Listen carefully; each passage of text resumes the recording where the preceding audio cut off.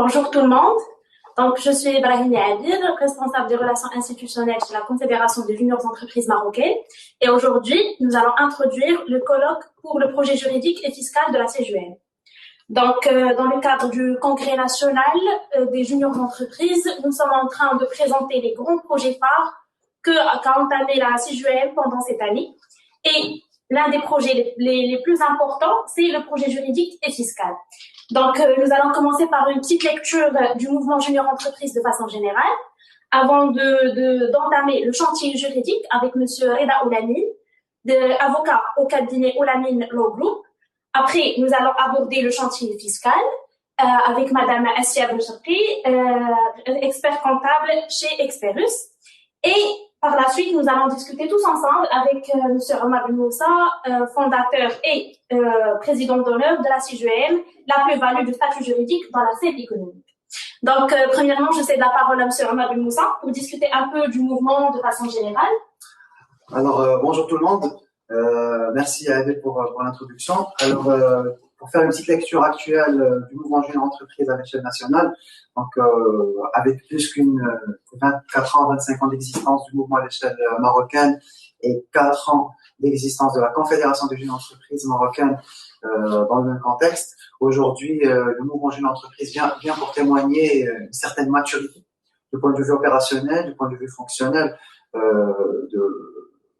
dans la scène économique et entrepreneuriale, de la part des différents partenariats tissés entre la junior entreprise, l'entreprise et l'université, de par les différents projets réalisés conjointement entre les différents collaborateurs de la junior entreprise et le milieu professionnel, et aussi, je vais dire, de par, en fait, nous avons commencé à semer les résultats du junior entrepreneuriat marocain via nos lauréats, les lauréats du programme junior entreprise.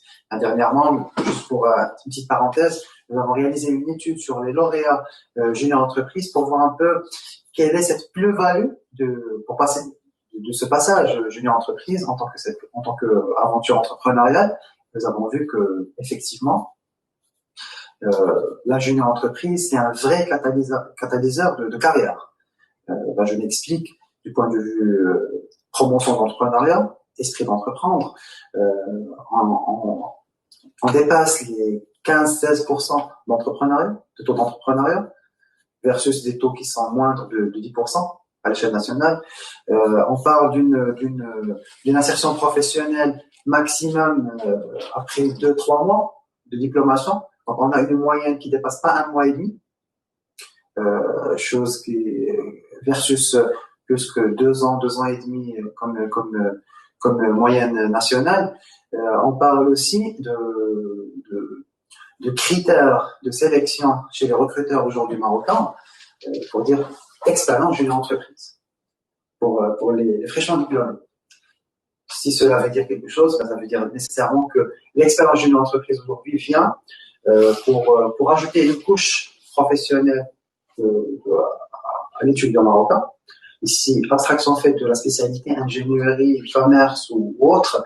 Ici, la jeune entreprise, entre autres, c'est un mindset forgé qui permet de développer les compétences de l'étudiant. In fine, de développer la jeunesse marocaine. Donc, à travers cette lecture, je vais dire en chiffres du mouvement junior entreprise, la junior entreprise, effectivement, se trouve aujourd'hui dans une position de light, d'éclairage, d'où la nécessité de régulariser, je veux dire son assise, bien évidemment administrative, mission que mène honorablement la Confédération des juniors entreprises via plusieurs projets, certification de 9001, accompagnement procédural, des caravanes de contrôle, mesures et conseils aux juniors pour mutualiser un peu le côté procédural au sein des juniors, pour homogénéiser le travail de chaque junior, quelle que soit leur spécialité, mais aussi via les assises juridiques et fiscales. La réalisation de l'une ne peut pas se faire sans l'autre, et il est inéluctable de se poser cette question du devenir du mouvement junior entreprise au Maroc, après cet élan vital, avec une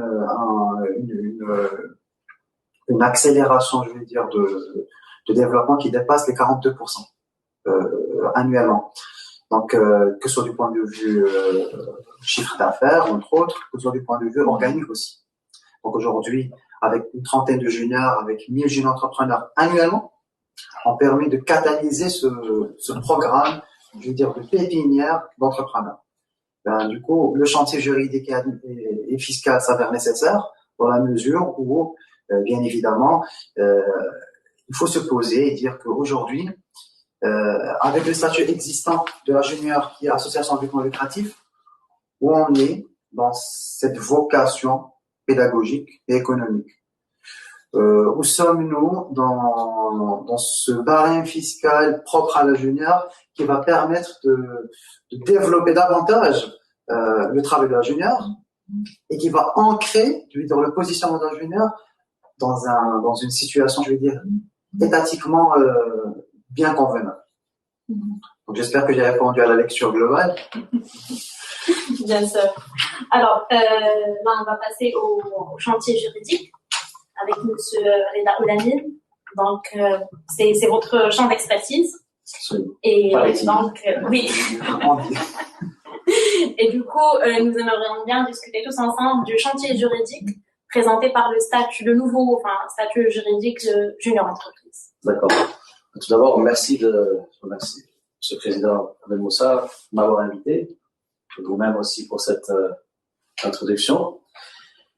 Tout d'abord, je voudrais dire que je suis émerveillé. Je suis impressionné par cet élan, par cette vigueur de la jeunesse entrepreneuriale au Maroc. Pendant que si on m'a parlé, je me disais, quand j'étais étudiant, si on m'avait offert une plateforme comme ça pour avancer, continuer, me développer avant même la fin de mes études ou juste après, ça aurait été magnifique. Et franchement, je pense que c'est un modèle à reproduire. Cela dit, avant de me plonger à 100% dans les aspects juridiques, je voudrais juste dire que je suis encore une fois assez impressionné par cette idée de junior entreprise parce que personnellement, il m'a fallu quelques années pour découvrir que son meilleur employeur, c'était soi-même. Et donc cette idée de lancer l'entrepreneuriat le plus tôt possible chez les jeunes, elle est magnifique. Je pense qu'elle est rare parce que il me semble que dans le monde entier, tout le monde aspire traditionnellement à faire ses études et à être salarié et payer ses factures et voilà, donc une vie assez routinière et monotone. Pay your bills, 9 to 5. Et c'est triste, c'est assez dommage. Donc le fait d'avoir une institution marocaine qui incite les gens à être entrepreneurs et de manière générale à aller de l'avant et ne pas accepter le statu quo et à développer l'entrepreneuriat, que ce soit à la limite, que ce soit à travers le salariat ou le propre emploi. Ça, c'est pas la grande problématique, mais juste le fait d'encourager comme ça les gens à aller de l'avant et à se lancer dans les affaires, je trouve que c'est formidable. Donc, pour en revenir à l'aspect... Si tu permets, là, en fait, il y a une notion, c'est plutôt dans les pays anglo-saxons, c'est pas entrepreneurship, c'est intrapreneurship. C'est intrapreneurship, en fait, c'est même avoir le mindset d'entrepreneur à l'intérieur d'une entreprise. Même si on est salarié, absolument. En fait, c'est ce mindset de prise d'initiative que quand on soit, par exemple, dans le sales, dans les marketing, dans les recherche et développement, etc. On a cet esprit d'entrepreneuriat, même aussi avec par exemple, moi je suis dans le marketing ou sales, j'ai des relations aussi avec par exemple d'autres départements, etc. Et je me comporte en tant qu'entrepreneur. Je vends ce que produit mon entité, etc. Et c'est ça que je peux, c'est un mindset que je peux par la suite déployer dans le cadre de son propre emploi. Voilà, d'ailleurs, et c'est parmi les bienfaits, c'est-à-dire de faire de l'éducation entrepreneuriale sous la coupole des juniors entreprises et bien évidemment de la CJEN. Aujourd'hui même, au sein des gouvernements, il y a des programmes d'innovation pour les employés gouvernementaux si je me rappelle bien, il y avait hier une remise de prix pour des employés gouvernementaux qui ont réussi à innover une sorte de start-up pour encourager le développement de la prestation gouvernementale. Donc là, on n'est plus uniquement dans une perspective qui est privée, mais plutôt dans une perspective qui est aussi publique. Donc on a envie d'aller de l'avant parce que en fait les gens ils ont souvent cette idée-là que l'emploi public ou bien avoir un poste en public, c'est que vous stagnez, c'est que peut-être vous n'innovez pas, peut-être que vous n'êtes pas capable d'entreprendre ou vous n'avez pas l'opportunité de le faire. Et aujourd'hui, on témoigne vraiment de bonnes initiatives au sein même des secteurs publics. Donc, j'imagine que c'est une bonne chose. Voilà, je vous rejoins parfaitement par rapport à l'intrapreneuriat. Tout à fait. Donc, pour en revenir au statut juridique actuel ou futur, vous savez, au Maroc, il n'y a pas 36 cadres juridiques pour conduire des opérations. En gros, il y a l'association ou la société commerciale. Il y a également le groupement d'intérêt économique, et on en parlera, mais qui est un peu plus rare, très rare. Mais, de manière générale, soit on décide de faire une entreprise commerciale pour réaliser du profit, c'est-à-dire pour que les actionnaires, les dirigeants gagnent de l'argent personnellement, ou une association. Alors, on utilise parfois le terme d'association à but non lucratif, mais je pense que l'association en elle-même est à but non lucratif. Donc, moi, il me semble que une organisation comme la CJUM doit rester, je pense plutôt dans le cadre associatif, donc régi par le régi par le droit des associations, ou éventuellement un modèle hybride d'un groupement d'intérêt économique qui permettrait à la fois d'avoir une activité associative et de réaliser certains profits, mais toujours est-il que la finalité première étant quand même une mission quand même de service public, un intérêt commun. Je pense que le cadre associatif est le plus approprié, avec des aménagements. N'oublions pas, contrairement à des idées reçues, qu'une association peut vendre des services, peut réaliser, je dirais pas des profits, mais des gains, oui, tant qu'ils sont reversés dans l'intérêt commun et qu'ils ne vont pas aller sous forme de dividendes. Je parle sous le contrôle de l'expert comptable, mais donc c'est pas des actionnaires, c'est pas monsieur X, Y, Z qui vont se mettre l'argent dans la poche, mais on peut faire une soirée et vendre des patates et gagner de l'argent tant que ça reste dans la caisse associative. Ça renforce les fonds associatifs qui seront même par la suite utilisés même après changement du bureau, etc., qui sont pour l'association, parce que en fait on passe d'un esprit intuitif personnel des personnes qui travaillent par exemple dans un moment donné sur des projets, etc., au statut de l'association qui est là pour des services publics, pour des buts, des objectifs d'éducation entrepreneuriale, etc. Et ce sont des fonds qui vont renforcer les fonds associatifs. Absolument. Et puis l'ingénierie juridique n'a pas de limite. Si par la suite CJUM se développe énormément et qu'elle décide qu'elle veut avoir un créneau qui rapporte, parce que l'argent étant le nerf de la guerre, je dis n'importe quoi, mais si on prend le cas de formation, l'association peut créer une SARL et faire rentrer cet argent et récupérer ses dividendes et le reverser à l'association. Donc tout est, mais juste rebondir sur le point suivant, c'est que quand même d'une manière globale, le fait d'être on reste dans un esprit associatif. Oui, parce que, et aussi, il y a un facteur psychologique, c'est que quand on aspire à demander des aides, des soutiens, des partenariats, je pense ça passe mieux quand on est dans un cadre associatif que purement société commerciale. Oui. Je suis une petite SARL et je demande à Coca-Cola de me donner une subvention, qui êtes-vous? Il y a cet esprit, ce côté noble de l'association. En fait, juste pour rebondir à ce que tu as dit dedans, effectivement, juste il est à rappeler que la junior entreprise, comme définition en soi, c'est une sorte je veux dire, déjà, idéalement, c'est une association à but non lucratif, mais qui a cette vocation pédagogique et économique. J'insiste beaucoup sur cette vocation. Parce qu'en fait, c'est la vocation qui est, bon, je parle sous votre tutelle juridique et fiscale, mais pour moi, en tant que, je vais dire, fondateur de la Confédération et surtout aujourd'hui en tant que meneur du projet juridique de la junior entreprise, cette vocation pédagogique et économique, c'est vraiment la distinction primaire entre une association estudiantine entrepreneuriale qui organise des événements, qui fait, c'est pas péjoratif pour les autres associations, mais aujourd'hui notre vision, notre objet, je veux dire l'objet social de la junior, c'est pas organiser un événement. L'objet social, c'est vraiment la promotion de l'entrepreneuriat et c'est l'insertion professionnelle efficace à travers des champs concrets. Donc ici, on parle vraiment du learning by doing. Et du coup, avoir cette vocation vraiment pédagogique à travers une formation complémentaire, à travers un accompagnement d'étudiants et le junior, juste ouvrir une petite parenthèse, je vais vous donner quelques exemples. Aujourd'hui, nous avons des personnes qui rentrent de la junior, c'est pas péjoratif, mais c'est vraiment ça relève de la réalité.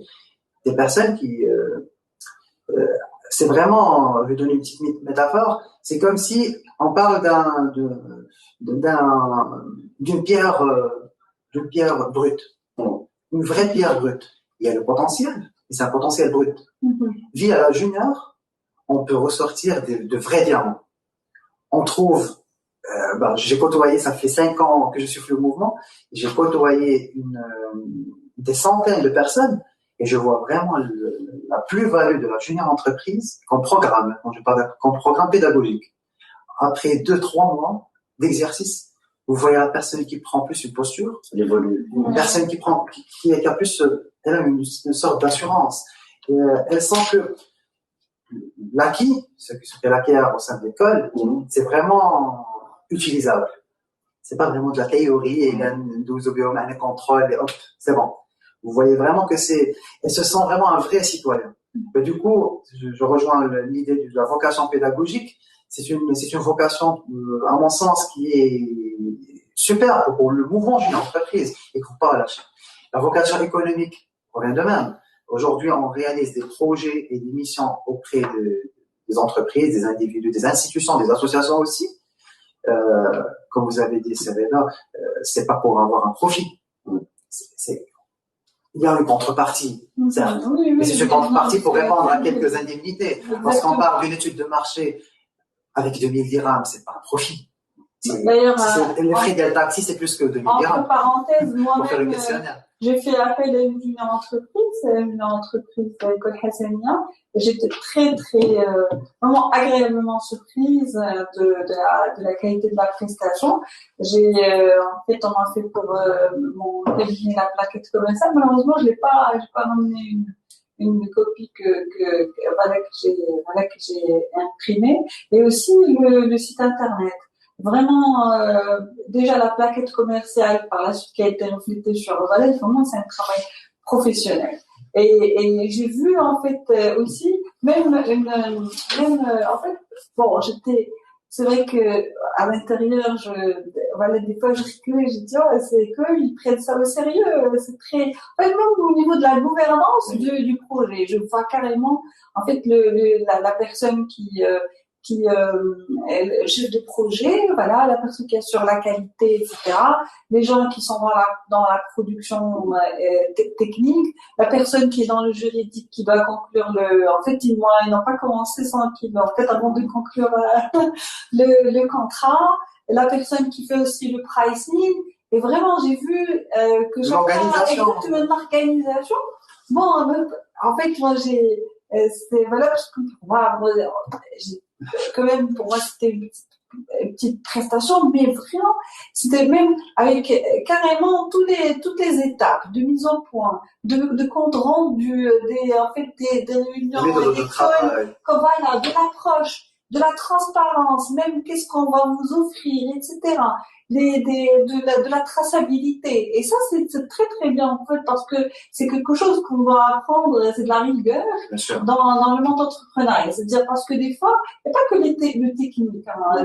C'est-à-dire, non, il faut quand même de la rigueur. Voilà, la rigueur, c'est bien sûr la rigueur dans la proposition commerciale, dans la conclusion du contrat, et par la suite le suivi avec le client, etc., le livrable, la validation, en fait, aussi les processus de validation, etc., et la distribution en fait, des rôles de chacun. Et là, vraiment, j'ai vu que, c'est-à-dire, carrément, c'est-à-dire, oui, je me permets de dire que c'est la lumière entreprise de l'école hessénia, c'est-à-dire, je fais pas de la pub pour, mais vraiment, c'est un modèle, si ces personnes-là, c'est-à-dire exporte ça dans le monde entrepreneurial, ben vraiment ce sera vraiment un vrai. Ce qui nous rend vraiment très, je veux dire, très confiants du mouvement, c'est que, alhamdoulilah, aujourd'hui nous avons une trentaine de juniors, et ces trentaines font preuve d'un professionnalisme, d'une rigueur, d'une persévérance. Donc, vous sentez cette ambition, cette passion dans la réalisation du projet. Et donc, juste pour revenir le volet juridique, à certains moments, tu te dis, ces juniors fournissent tout cet effort. Donc, imaginons si on a un cadre propre à cette junior, un cadre qui va promouvoir cette junior, un cadre juridique qui va défendre la junior. Parce qu'on ne peut pas se nier, on a aujourd'hui la junior n'est pas à 100% protégée. Nous avons des cas où les juniors, maintenant je parle avec ma casquette de confédération, nous avons des cas où les juniors ont réalisé des prestations et on va être payés. Exactement.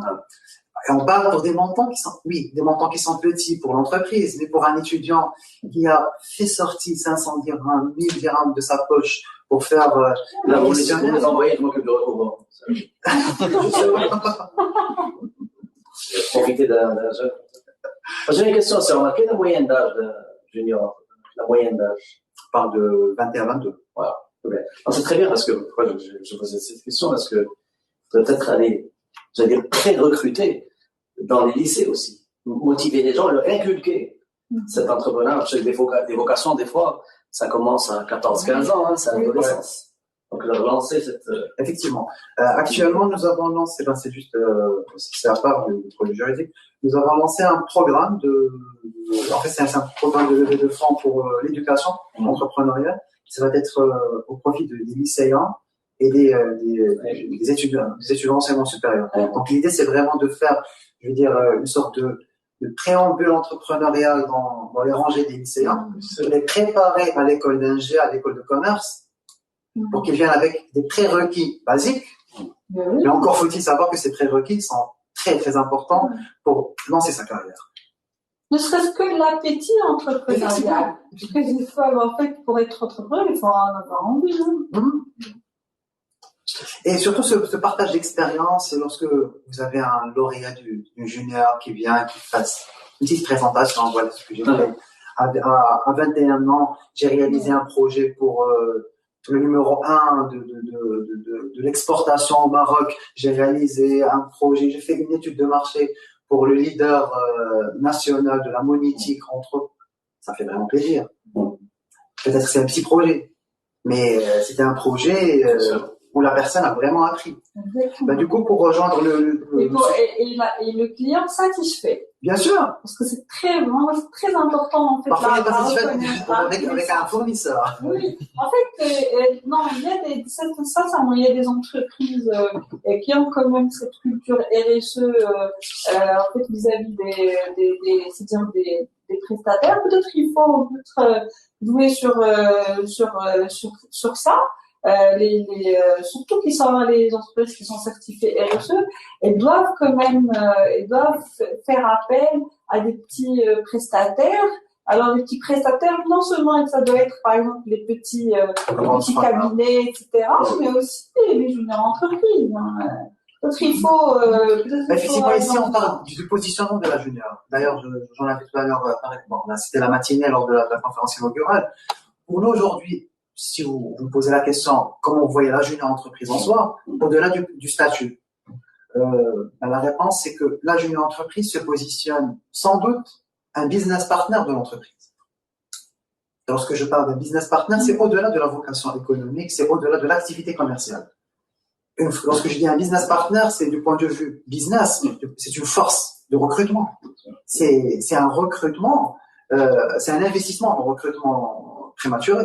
Donc aujourd'hui, je travaille avec la junior X, j'ai 2-3 juniors entrepreneurs avec qui ils me font une prestation de service, je suis très satisfait. Voilà, c'est une forme, je vais dire, développée de stage, avec une réelle valeur ajoutée. Exactement. C'est pas un stagiaire à l'école au placard qui va me faire des impressions. Exactement. C'est vraiment une vraie valeur ajoutée. Non, d'ailleurs, c'est pour ça que tout à l'heure, ça rejoint un peu l'idée de labelliser l'expérience junior entreprise. C'est-à-dire, par exemple, mais il faut quand même, en fait, faire un peu de communication là-dessus, parce que vis-à-vis en fait de l'écosystème, parce que par exemple un recruteur, etc. Voilà, quand il va voir sur un CV, bon, peut-être voilà, en fait c'est une ancienne mentalité, mais il faut qu'on essaie de changer. Franchement, actuellement, alors il faut faire de sorte que être en fait, avoir une expérience, junior entreprise, de tel mois à tel mois, et avoir travaillé sur tel projet, ça équivaut à faire un stage dans les plus grandes institutions et même plus. Parce que des fois, faire un stage dans une grande entreprise, ça veut rien dire. Qu'est-ce que tu as appris? Quelles sont les compétences que tu as acquises? Et voilà. Alors, ce qui fait, bien sûr, il ne faut pas qu'on attende que la mentalité soit là pour accepter ça. Il faut qu'on essaie de changer cette mentalité, de créer cette mentalité auprès. C'est pour ça que, en fait, les efforts de communication doivent se poursuivre dans ce sens. Parfait. Du coup, pour rejoindre le volet juridique, sans doute, la junior se positionne. Bon, d'ailleurs, on avait fait un petit benchmark en interne avec les équipes. Nous avons vu un peu différents statuts dont vous avez parlé, associatif, activité commerciale, entreprise et autres. Nous avons même vu un peu le statut étudiant-entrepreneur qui jusqu'à présent, concrètement parlant et du point de vue terrain, ça reste un peu flou. Le statut auto-entrepreneur, groupement d'intérêt économique et d'autres statuts. Aujourd'hui, la junior, du point de vue objet social de la junior, c'est une association, sans doute. Administrativement parlant, c'est une association. C'est un dépassement d'association du point de vue vocation, comme je disais tout à l'heure. Donc c'est une association avec une couche supérieure.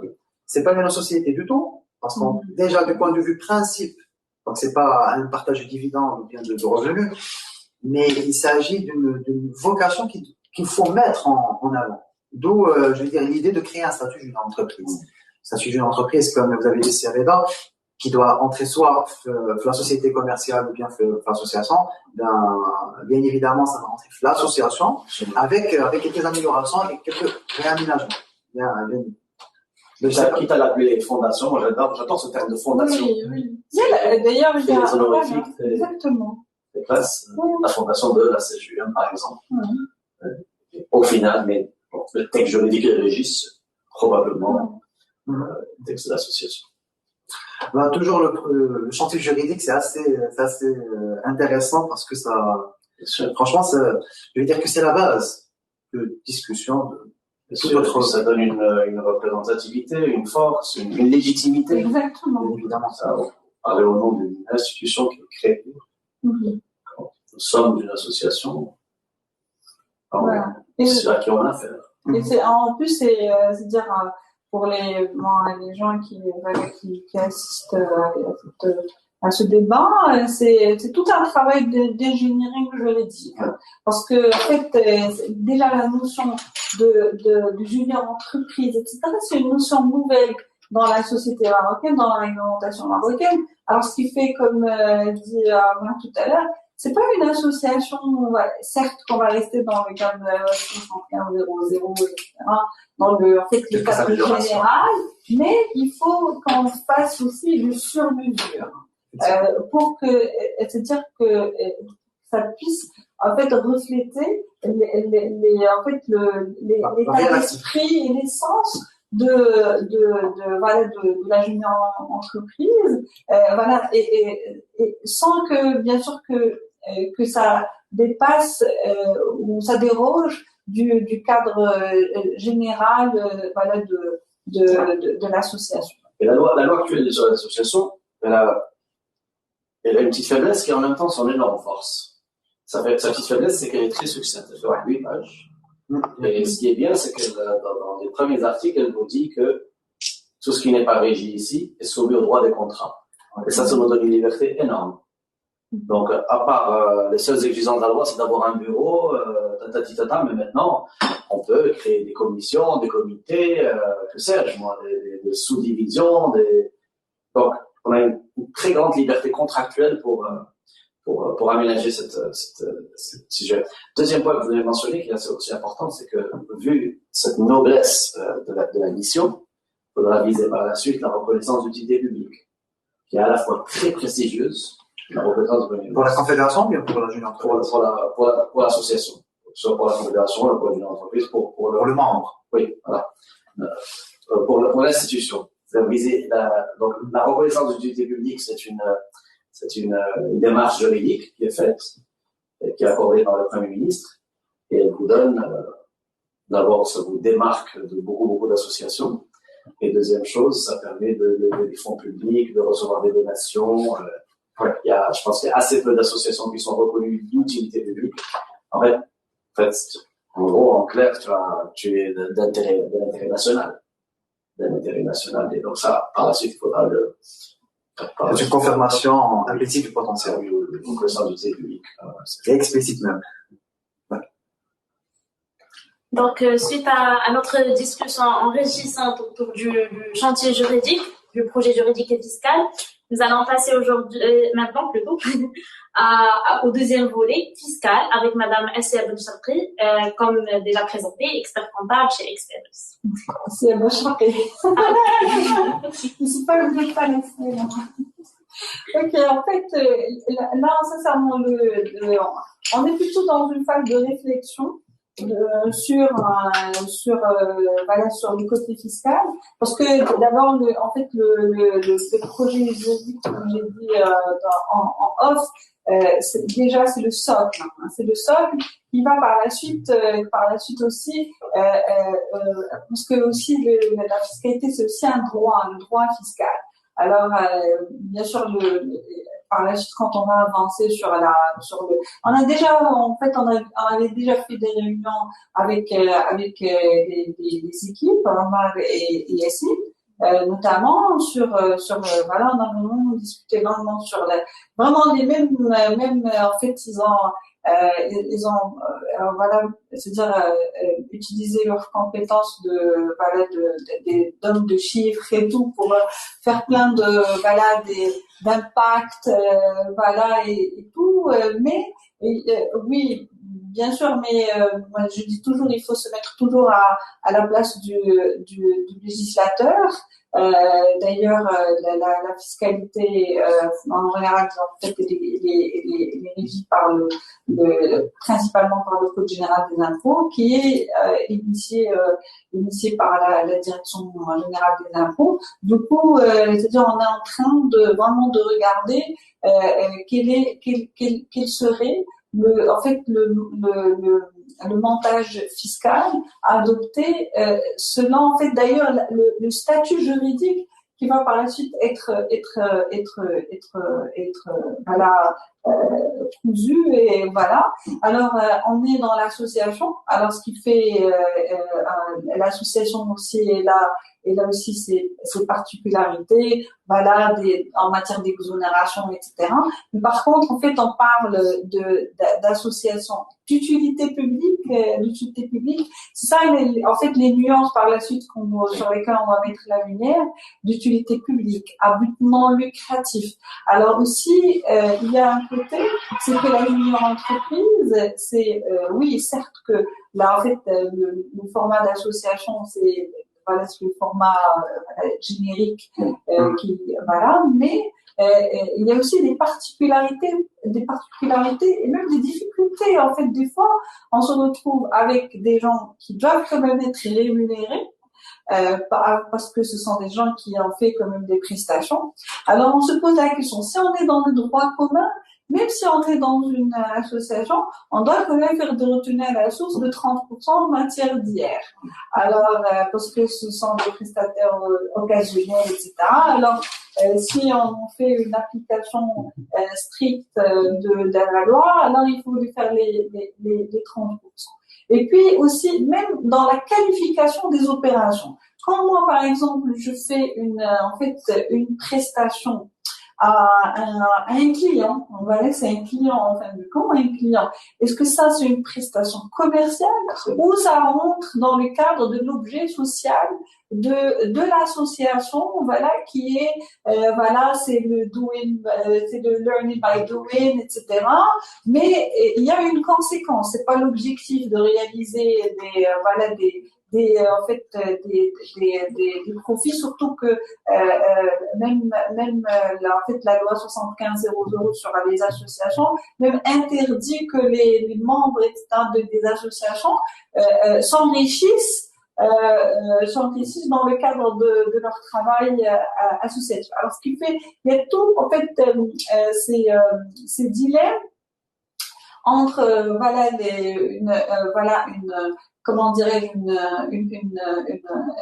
une culture, en fait, de l'association et même le cadre juridique. Et aussi, la réalité. La réalité, c'est que ce sont des gens, des étudiants, oui, qui font, bien sûr, d'ailleurs, moi, j'ai vu aussi de mes propres yeux, ce sont des gens j'ai vu le self-accomplishment dans la réalisation de la prestation et la satisfaction du client. Mais quand même,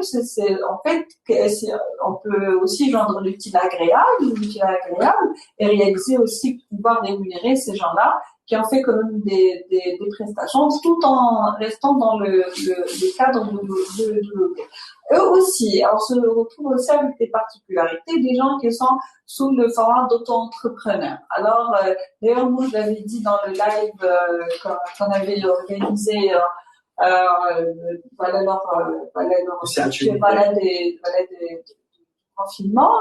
Et est-ce que, c'est-à-dire moi quand je facture, est-ce que je facture avec auto-entrepreneur, est-ce que je facture avec, bon, ce sont des difficultés, en fait, qui sont réelles, ou bien l'association. Alors que non, même vis-à-vis des clients, on doit rester, moi personnellement, c'est ça, en fait, ma conviction dans l'association, et non pas dans l'individualisme, parce que dans l'individualisme. Ça me parle. Et en plus, et alors, d'ailleurs, c'était aussi l'objet de mes dernières discussions notamment avec Omar et Yassine, sur est-ce que même ce qu'on va proposer comme montage fiscal pour la junior entreprise, est-ce qu'on va être dans l'exonération totale? Et tout en restant dans l'association, est-ce qu'on va être dans un statut qui est proche de l'auto-entrepreneur? Mais en fait, si je me mets dans la peau de l'administration va me dire qu'est-ce que moi je vais gagner. Je vais voir l'enjeu, etc. D'ailleurs, ils sont bien outillés pour faire plein de statistiques et tout ça sur les perspectives de développement de ces activités, et dire est-ce sont des prestations totalement, par exemple, exonérées, ou bien on les met un peu au même niveau que l'auto-entrepreneur pour ne pas quand même les pénaliser, etc. Voilà, et les biaiser, et aussi tout en respectant l'équité fiscale. Parce que une junior entreprise, elle va faire la même prestation que fait notre prestataire, qui a comme but, la différence, c'est l'objectif. L'objectif de la junior, c'est le learning by doing, mais l'autre, c'est la réalisation du profit. Mais quand même, on peut se retrouver dans des situations d'inéquité fiscale. En fait, juste pour rebondir à ce point ainsi, d'ailleurs, comme nous avons discuté dans pas mal pas mal de workshops qu'on avait organisés bien avant. En fait, ici, je vais parler sur deux points que tu as soulevés. Le premier, c'est je vais dire l'objet de l'association, entre autres. Effectivement, l'objet de l'association, c'est vraiment de concrétiser un peu le savoir et savoir-faire des membres de la Junior via la réalisation de projets et missions au profit des différentes sociétés, individus ou bien institutions. Ici, donc, la réalisation de projets, en soi, c'est l'objet social de la Junior. Du coup, vient la réalisation vient le projet en soi comme objet de l'association et non pas un objectif commercial. Donc c'est le cœur du métier. Et maintenant, je ne vais pas parler avec une casquette fiscale que j'ai pas d'ailleurs, ni une casquette juridique, mais je parle avec une casquette, je vais dire, fonctionnelle et métier. Donc, je suis passé par la Junior Entreprise. J'étais membre de la Junior Entreprise en 2014-2015. J'avais présidé une junior. J'avais présidé la junior de l'HTP en 2016. Et j'avais fondé la Confédération par la suite. Et j'ai créé des juniors. Donc, du point de vue métier et fonctionnel, je vois un peu comment ça se passe. Et je sais, je vais dire, le pourquoi du comment. Et surtout the how. Comment ça se passe? Aujourd'hui, la junior concrétise bien évidemment son objet. Donc, lorsque je vais parler de la rémunération, entre autres, c'est une rémunération, quel que soit son prix, quel que soit le budget. Elle n'est jamais distribuée sous forme de dividendes ou bien de revenus. C'est principalement un pourcentage pour la caisse de la junior. L'idée, c'est vraiment d'avoir une sorte de fonds de roulement c'est vraiment pour faire tourner la machine de la junior. Aujourd'hui, la junior organise aussi des événements entrepreneuriaux, organise des team building pour ses juniors, pour ses membres, organise des formations, achète fait des certifications à ses membres, qui est l'objet pédagogique, qui est la vocation pédagogique. On revient toujours à la vocation pédagogique. Et aussi, je vais dire, rémunère, si on ose dire rémunère, déjà, c'est un terme que, franchement, il y a un avis mitigé sur ce mot. Est-ce que c'est vraiment rémunère? Indemnise. Ou bien, c'est plus indemnise, effectivement. Donc, indemnise ses membres, pour les personnes, sur des frais de déplacement, des frais de téléphonie, des frais divers. Je vais dire, des licences. Tout est justifié, entre autres.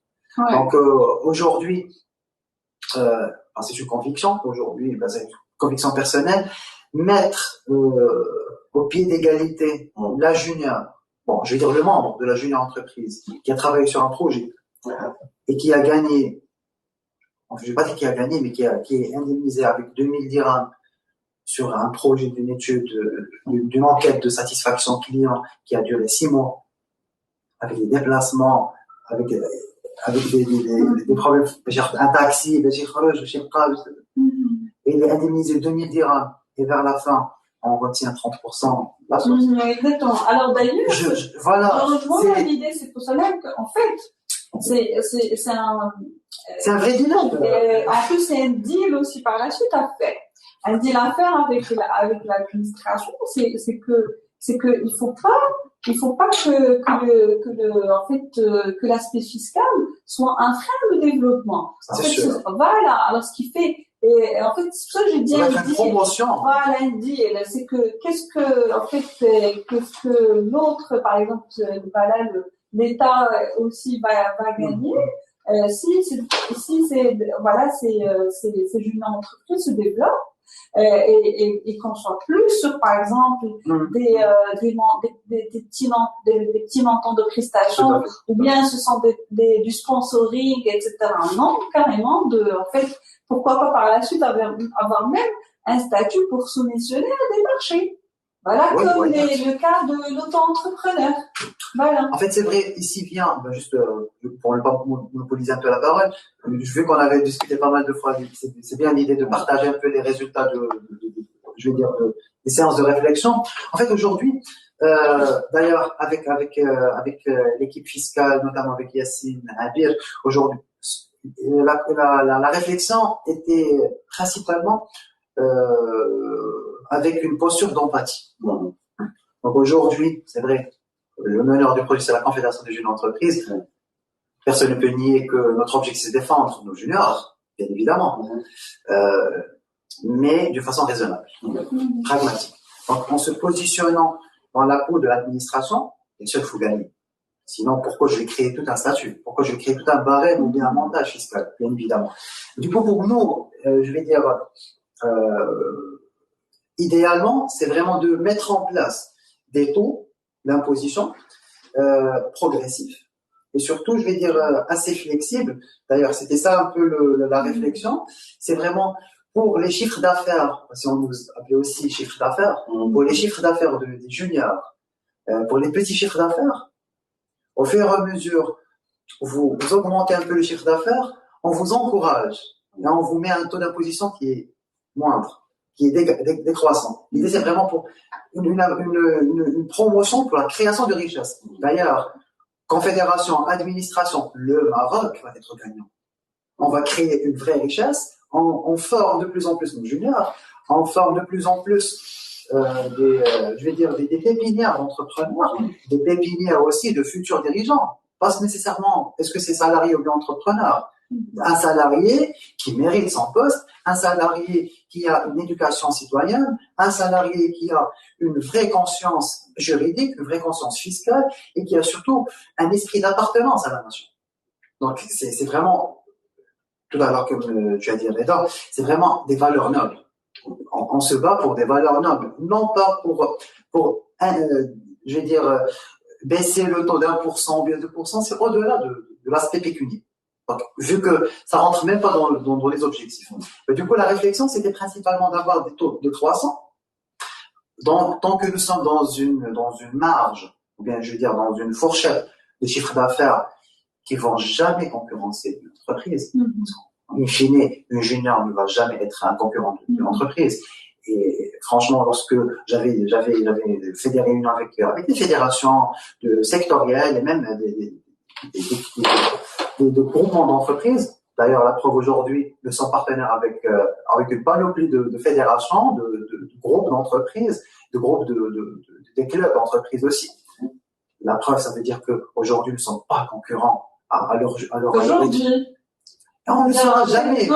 Pourquoi on ne le sera jamais? Parce que la junior, elle sera toujours le business partner, comme j'ai dit tout à l'heure, de la junior, de l'entreprise, le cas échéant, le sous-traitant pour une optimisation.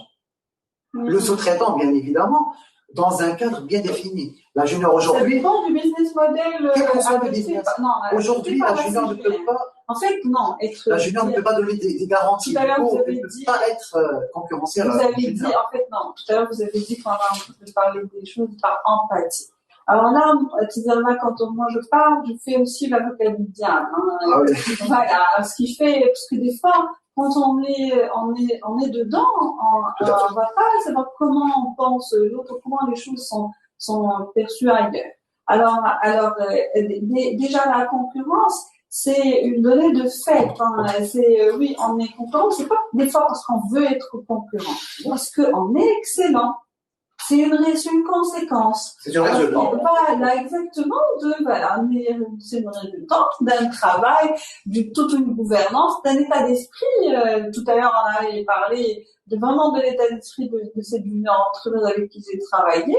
Et là, vraiment, c'était, là, c'est vraiment des normes de cabinet, d'entreprise, etc.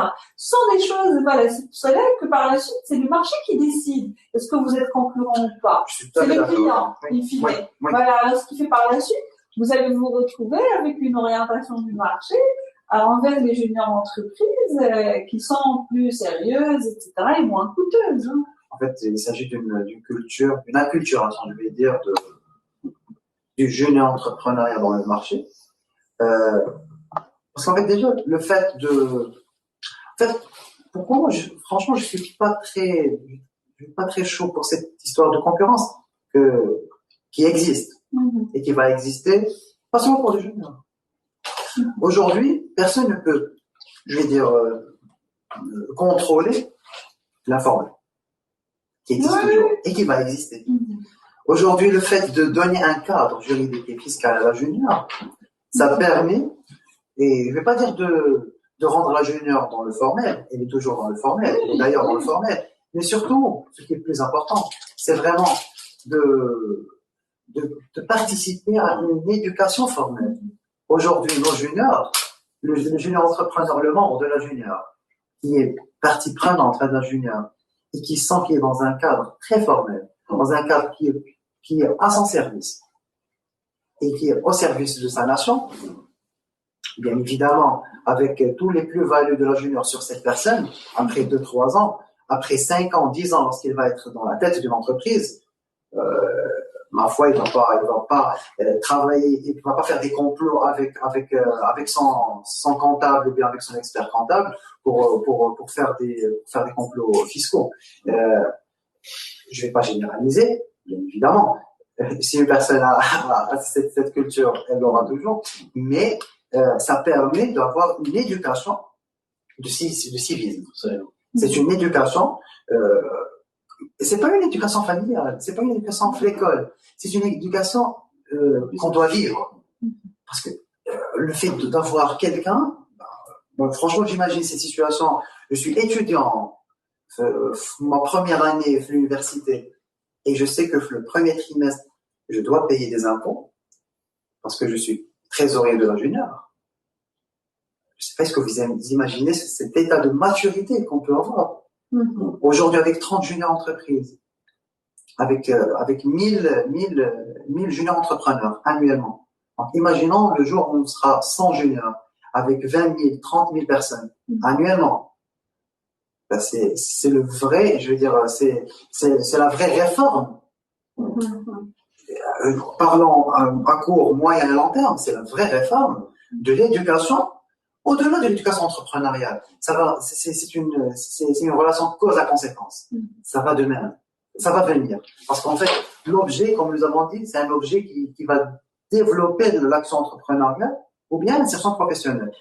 Mais, avoir cette éducation, cette conscience citoyenne, j'imagine que jusqu'aujourd'hui, la junior entreprise, c'est parmi, pour ne pas dire que c'est le seul modèle, mais c'est parmi les modèles les plus pertinents pour résoudre et pour faire une relance d'une réforme éducationnelle dans le pays. Pour la question de la concurrence, franchement, je me dis qu'on pourrait orienter la réflexion plus vers la compétitivité. Aujourd'hui, par exemple, les petites structures au Maroc, auxquelles on sous-traite, elles ne sont pas aussi compétitives parce que l'environnement, c'est un environnement qui n'est pas assez développé. Et du coup, on fait comme ce que tout le monde fait. Par exemple, vous avez évoqué l'exemple de la junior entreprise Hassania qui vous a fait une belle prestation. Donc, peut-être que si c'était le cas d'une petite autre entreprise, elle n'aurait pas fait la même prestation avec le même format parce que tout le monde ne le fait pas. Et du coup, il n'y a pas de concurrent, effectivement, qui va faire augmenter ou bien plutôt booster cette compétitivité. C'est qu'il y a un acteur sur le marché qui est en train de donner le produit très très compétitif et qui est côté prix et côté qualité. Et du coup, nous allons fraîcheur aussi. Exactement. Et du coup, nous allons devoir suivre son modèle, peut-être c'est une question de survie. Donc même pour le tissu économique dans sa globalité, la présence de la junior entreprise, elle va servir de boost. C'est que, voilà, exactement. Peut-être d'un point de vue individuel pour le dirigeant de la petite structure, que c'est un concurrent, il faut peut-être je sais pas, voilà, ou bien s'en débarrasser, etc. Mais d'un point de vue nation, pays, non, c'est bien d'avoir des structures modèles pour booster la compétitivité. Céleda, qu'est-ce que vous en pensez du point de vue fiscalité de la junior? Alors, fiscalité, moi, pendant que vous parliez tous, je me dis que il y aurait peut-être, en tant que mission pour la CGEM, c'est de faire du lobbying pour une exonération. Exactement. Voilà, c'est du lobbying. Les pertes pour l'État, je pense qu'elles ne seraient pas énormes. Exactement. Mais ce serait un encouragement formidable. Oui, encore plus, c'est-à-dire, en fait, vous savez que tout à l'heure, je parlais de deal. Tout à l'heure, je parlais en fait, je faisais aussi l'avocat du diable, de dire, voilà, voilà, l'État m'a gagné, etc. C'est pour ça qu'il faut faire un bandier, il faut faire du lobbying. Déjà, d'ailleurs, le lobbying va être nécessaire déjà pour faire passer le projet de loi et tout. Voilà, et également voilà pour le côté fiscal, parce que dans la rémunération, ne serait-ce que pour, c'est-à-dire parce que généralement en fait les autorités ou en fait les pouvoirs publics doivent quand même être présents dans l'éducation entrepreneuriale. Malheureusement, moi, c'est un avis personnel, moi je touche pas à cette actuellement en fait cette volonté politique à faire ça. Heureusement qu'il y a les CGM, etc., qui le fait actuellement dans un cadre institutionnel. Mais c'est-à-dire l'État, au lieu de mettre des fonds dans des programmes d'éducation entrepreneuriale, etc., au moins, il faut leur dire, vous mettez aucun fonds, c'est juste exonérez-nous. Voilà, tout simplement. C'est un deal à faire. Et franchement, si on parle de ce genre de deal, on va gagner beaucoup. C'est notre activité quotidienne. Il y a également un point qui n'est pas tout à fait étranger à tout ce qu'on a discuté, mais ça fait des années que je rêve d'en parler quelque part. C'est qu'il faut qu'une organisation lance, développe, promeuve l'éthique dans les affaires. Et ça, à mon avis, ça devrait démarrer à votre niveau des baby business people, you know? Yeah. Parce que moi, là, c'est l'avocat qui parle, on est choqué par le nombre de magouilleurs. Et quelque part, c'est pas de leur faute. C'est pas de leur faute, ils ont grandi comme ça. Mais vous avez quelqu'un, il devient homme d'affaires ou femme d'affaires, il a pas envie de payer ses factures. Parfois, très souvent de mauvaise foi. Ou il a envie d'arnaquer son partenaire. Mais il est tellement, le pauvre, il est tellement bête qu'il sait pas que s'il était sérieux en affaires, il gagnerait beaucoup plus. Heureusement, il y en a beaucoup qui sont comme ça. Mais là, donc je veux pas être méchant en termes de pourcentage, mais l'énorme pourcentage qui n'a pas d'éthique dans les affaires. Et ça s'apprend. Pour certaines professions, par exemple aux États-Unis, pour les avocats ou même dans l'immobilier, il y a des cours de déontologie des affaires. C'est au moins si peut-être que ça va attraper, ça va s'installer dans leur cerveau, peut-être que non. Mais à mon avis, dans les business schools et tout ça, si on faisait des modules et des cours et de l'éthique dans les affaires, c'est un grain de bon foi, au moins. Et oui, les difficultés, c'est une chose, et c'est tout à fait légitime, mais il y a tellement de gens qui sont, ah ouais, je te paye pas ta marchandise parce que ça marche pas bien. J'en vois tellement. Il va au tribunal. C'est pas quelque chose, quelque part, c'est bête parce qu'il aurait plus à gagner en regardant une relation, mais l'éthique dans les affaires, c'est vraiment quelque chose à. D'ailleurs, ça fait du bien que vous avez évoqué de voler. Dans ce cadre d'éthique des affaires, aujourd'hui, nous avons lancé un programme, c'est une initiative qu'on appelle l'initiative 1000, pour vraiment concrétiser cette éthique. Je vais dépasser un peu l'éthique des affaires, mais plutôt l'éthique humaine. Tout court, absolument. Et aujourd'hui, on accompagne 1000 entreprises, 1000 TPE en situation de crise, par 1000 juniors entreprises, gratuitement. Ce sont les confédérations qui se concertent à l'échelle internationale pour financer ces juniors, pour les accompagner. Chose qui est tout à l'honneur de la junior, qui confirme encore une fois de plus, que l'objet, c'est pas la rémunération. L'objet, c'est l'expérience. L'expérience a un coût, entre autres. On doit allouer un petit budget pour l'expérience, pour avoir une expérience efficace. Et par exemple, comme vous avez dit à SIA tout à l'heure, franchement, les stages, alors on peut être rémunéré dans un stage. Mais est-ce qu'on apprend dès que le stage? Exactement. Peut-être on peut être rémunéré 3 000 dirhams par mois. Il y a même des structures qui rémunèrent 5 000, 6 000. Mais quelle est la vraie valeur ajoutée? La vraie valeur ajoutée. Rester dans un bureau, avoir un PC, regarder une série ou bien YouTube. Franchement, c'est la majorité, en connaissance de cause. Je suis passé par des stages. Et j'ai vu qu'est-ce qui se passe. C'est rare pour ne pas généraliser, d'ailleurs, je suis passé par des stages qui étaient très très productifs, qui étaient je veux dire, très lourds du point de vue apprentissage, mais c'est rare, c'est pas la majorité. Parce qu'on n'a pas aussi cette culture de stage, on n'a pas cette culture d'accompagnement du jeune. À un certain moment, on accepte des stagiaires pour l'image, pour la RSE, pour des objectifs marketing et communication. Mais aussi, lorsqu'on vient de voir la junior entreprise, je vais juste donner quelques exemples de juniors qui ont réalisé des projets très intéressants. On a des juniors, on a nommé les noms pour ne pas faire la marketing pour les juniors. Nous avons des juniors qui organisent des colloques de DevOps. Magnifique. Qui permettent vraiment de rencontrer, c'est une sorte de carrefour d'argumentation qui permet vraiment d'avoir les reins solides. Il y a des juniors, on a une junior qui a organisé un programme d'accompagnement quotidien d'un entrepreneur. Chaque jour, il y a un étudiant qui est passé à un entrepreneur avec un grand nombre. Donc c'est vraiment une imprégnation de l'acte d'entreprendre. Des juniors qui organisent des workshops, mais pas des workshops si le formateur. Alors, théoriquement, on a ça, on projette, aucune question, aucune réponse, bim, un workshop de plus. Des workshops, d'ailleurs, comme nous avons fait lors du confinement. Des workshops, vraiment, c'est du hard. C'est vraiment, le trainer est vraiment challengé.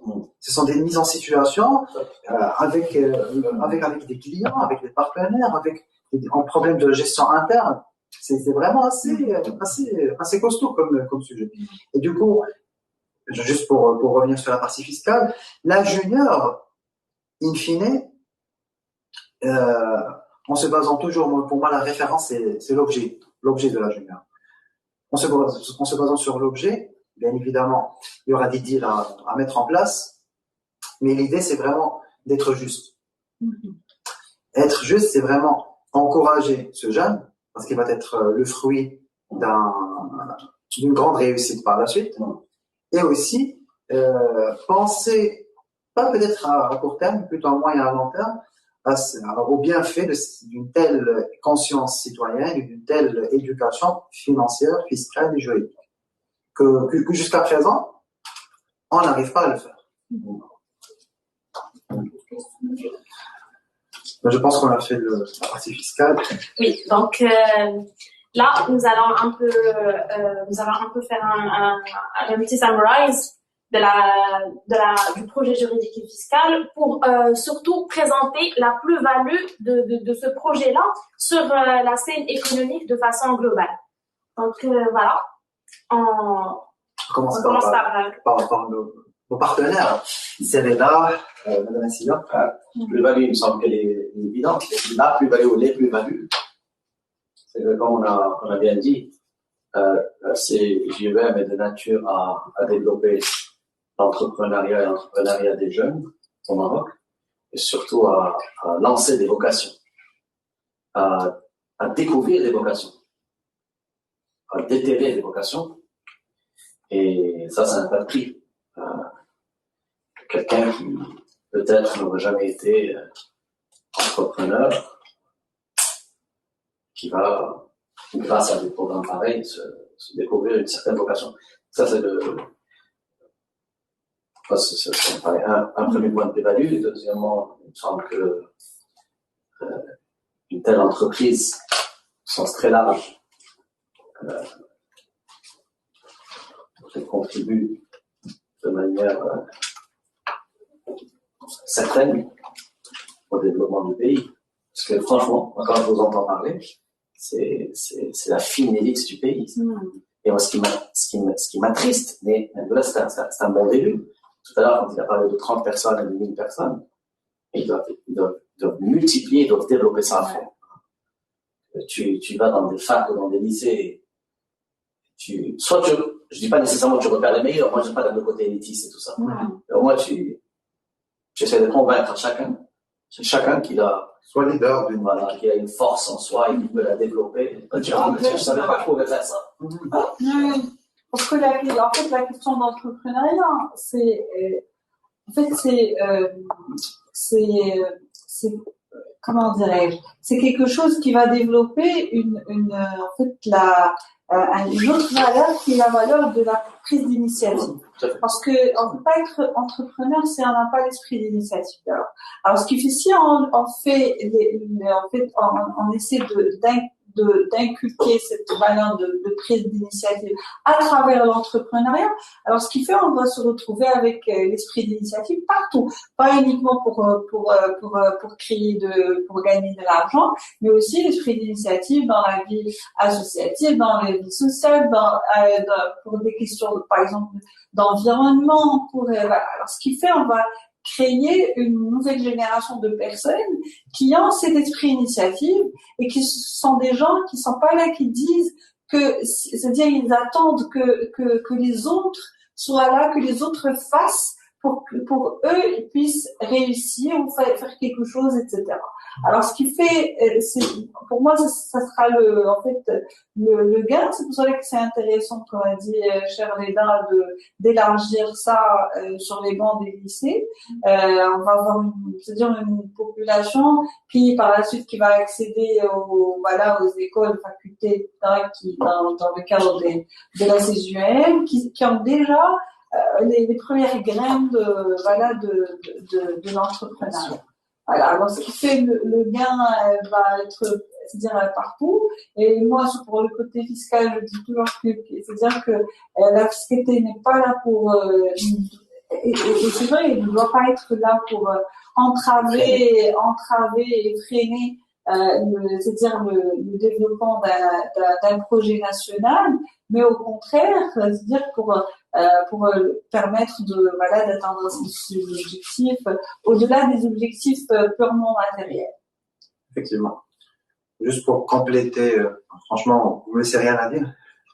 Donc, franchement, personne ne peut nier cette création effectivement de vocation qui est difficilement trouvable déjà. Il faut vraiment être convaincu d'une vocation pour militer pour la créer. Cette prise d'initiative que tout entrepreneur cherche. Effectivement, c'est un travail en soi. Donc, c'est une formation en soi d'avoir ce courage managérial et cette prise de risque et cette prise d'initiative pour vraiment mettre en place des résultats. Donc, moi, en fait, je vais compléter par quatre grands volets, à mon sens, qui constituent cette vraie plus-value de la junior entreprise en tant que statut avec des assises juridiques et fiscales. La première des choses, je vais parler d'une maturité collective. Aujourd'hui, on ne va plus parler de l'individualisme. On parle d'une maturité collective. Maturité collective entre l'université, entre l'entreprise, entre l'université et l'entreprise. Donc aujourd'hui, on parle je vais donner cette métaphore, c'est pas la meilleure métaphore, mais ça répond un peu à l'idée. Donc, comme si nous sommes devant des usines qui font des productions pour une clientèle qu'on connaît pas. C'est le cas des universités aujourd'hui avec les entreprises. On ne connaît pas le besoin de l'entreprise.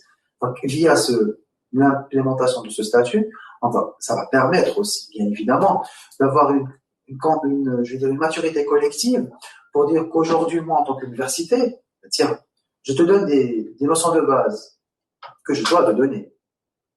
Et vient la junior pour forger ces notions de base vers le besoin effectif et efficace de l'entreprise. Et du coup, aujourd'hui, lorsqu'on va vraiment recruter quelqu'un, on ne va pas demander une personne fraîchement diplômée avec 6 ans d'expérience, chose qu'on trouve aujourd'hui dans le marché, avec un salaire d'un stagiaire. On va demander quelqu'un fraîchement diplômé avec un salaire assez respectable, qui a l'image qui a l'image de ses compétences et son expertise, parce que voilà, il faut faire preuve d'empathie et se mettre à la peau du chef d'entreprise. Aujourd'hui, je recrute 5 personnes. Je ne vais pas attendre 6 mois, 1 année pour avoir un retour sur investissement. C'est trop. Surtout si je passe par une période de crise. Aujourd'hui, c'est assez difficile pour moi de recruter. Par contre, ce que je vais trouver quelqu'un, je le recrute après un mois, il est intégré, bien intégré dans l'entreprise, parce qu'il a des expériences, pas seulement une expérience, mais parce qu'il a les bons réflexes. Voilà. Les réflexes de l'entreprise. Ben, ça crée une vraie maturité collective. Ça rejoint l'idée de intrapreneurship dont on parlait tout à l'heure. Effectivement, tout à fait. C'est une question de création de profil d'entrepreneur, que ce soit pour son propre Pour son propre compte, ou bien, tout à fait. D'une entreprise. Le deuxième point, ça va être plus une conscience citoyenne.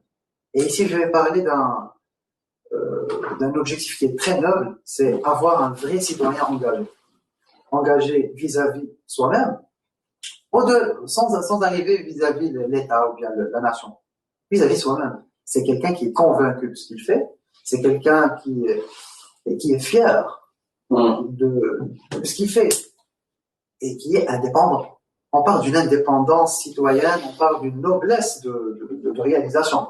C'est pas quelqu'un qui a cet esprit de voilà, je vais pas payer cette facture, qui a des problèmes d'éthique des affaires, d'éthique de façon générale. C'est vraiment un engagement et un commitment qui ne se vend pas, qui s'achète pas. C'est un commitment qui s'apprend. Dans l'amélioration continue de la relation entre l'administration fiscale et les juniors entrepreneurs. Tout à fait. Le troisième point, ça va être plus une éducation, et non pas une éducation académique ou bien magistrale, mais plus une éducation efficace sur la partie entrepreneuriale, sur la partie juridique et sur la partie fiscale. Et ça va être du day-to-day. Ça va être une éducation par le concret, parce qu'on vit quotidiennement l'acte d'entreprendre. On côtoie des entrepreneurs, on côtoie des startups, on côtoie des chefs d'entreprise. Et lorsque je dis on les côtoie, ça ne veut pas dire qu'on côtoie les success stories. Enfin, pour moi, franchement, c'est bien de côtoyer quelqu'un qui a que des fleurs, parce que ça permet d'apprendre. Franchement, l'échec, c'est une expérience en soi. Et ça va être une part des escaliers qui va permettre d'arriver à la finalité. Le dernier point, ça va être principalement pour moi la création de richesse, et ici sur les deux volets, que ce soit le volet entrepreneurial ou bien le volet salarial. La création de richesse en réalisant, je veux dire, pas en réalisant, mais plutôt en créant des pépinières d'entrepreneurs, de jeunes entrepreneurs qui ont la tête, comme on dit, la tête bien faite, les pieds sur terre et la tête haute. Genre, c'est pas quelqu'un qui va juste chercher une opportunité de façon agressive et travailler sur les quick wins, mais plutôt quelqu'un qui est assez mature, qui est assez visionnaire et qui va dire je veux entamer une vraie aventure entrepreneuriale. Je veux créer de la vraie valeur. Le deuxième cas, ça va être plus un salarié qui va dire aujourd'hui je veux évoluer mon entreprise. Je veux être moi un maillon fort de cette entreprise et être parmi les people de l'entreprise qui vont développer les réalisations qui vont optimiser la chaîne de valeur de cette entreprise. Les indispensables. Effectivement, les indispensables anonymes. Franchement, pour moi, ce sont les vraies plus-values du mouvement junior entreprise et surtout de l'instauration d'un tel statut. Donc, je crois qu'on a fait le tour de la plus-value. Nous espérons que nous avons évoqué tous les points forts du projet juridique et fiscal, qui est toujours un chantier à compléter par la suite et un travail de longue haleine sur lequel se penchent plusieurs parties de la Confédération des juniors entreprises. Et sur ce, vous avez envie de dire un petit mot de clôture. Voilà. C'est toujours un plaisir d'échanger avec nos partenaires. D'ailleurs, je tiens à remercier Sereba, Madame Messia, de votre disponibilité, surtout de votre partage sincère. Aujourd'hui, la jeunesse a besoin de grands hommes et de grandes femmes comme vous pour franchement, pour avoir ce partage d'expertise et ce retour d'expérience, effectivement. Et je te remercie, Abir, pour tes efforts, Yassine aussi, Ahmed. Je remercie aussi toute l'équipe Confédération, franchement, bureau et conseil et junior pour leur engouement pour ce jusqu'au boutisme. Et je vous dis à très bientôt. Inch'Allah, la prochaine fois en déclarant le statut junior d'entreprise. Merci de nous avoir invités. Merci. Au revoir. Merci beaucoup. Merci à vous. Au revoir. Alors, on va très bien.